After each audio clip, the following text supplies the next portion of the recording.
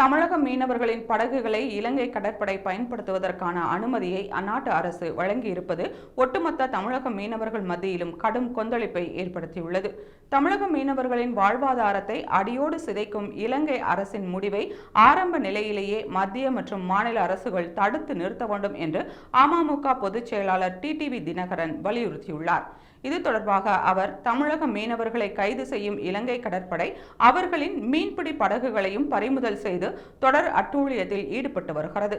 பறிமுதல் செய்யப்பட்ட தமிழக மீனவர்களின் படகுகளை இலங்கை கடற்படை பயன்படுத்துவதற்கான அனுமதியை அந்நாட்டு அரசு வழங்கியிருப்பதாக வெளியாகியிருக்கும் செய்திகள் மிகுந்த அதிர்ச்சி அளிக்கின்றன.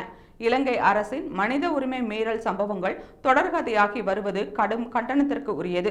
இந்நிலையில் எல்லை தாண்டியதாக கூறி பறிமுதல் செய்யப்படும் தமிழக மீனவர்களின் படகுகளை இலங்கை கடற்படை பயன்படுத்துவதற்கான அனுமதியை அந்நாட்டு அரசு வழங்கியிருப்பது ஒட்டுமொத்த தமிழக மீனவர்கள் மத்தியிலும் கடும் கொந்தளிப்பை ஏற்படுத்தியுள்ளது.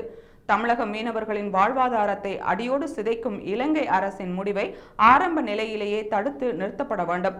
இலங்கை கடற்படையால் கைது செய்யப்பட்டு சிறையில் அடைக்கப்பட்டிருக்கும் 100க்கும் அதிகமான மீனவர்கள் மற்றும் அவர்களது படகுகளையும் முழுமையாக மீட்க தேவையான நடவடிக்கைகளை மத்திய மற்றும் மாநில அரசுகள் மேற்கொள்ள வேண்டும் என்று வலியுறுத்தியுள்ளார்.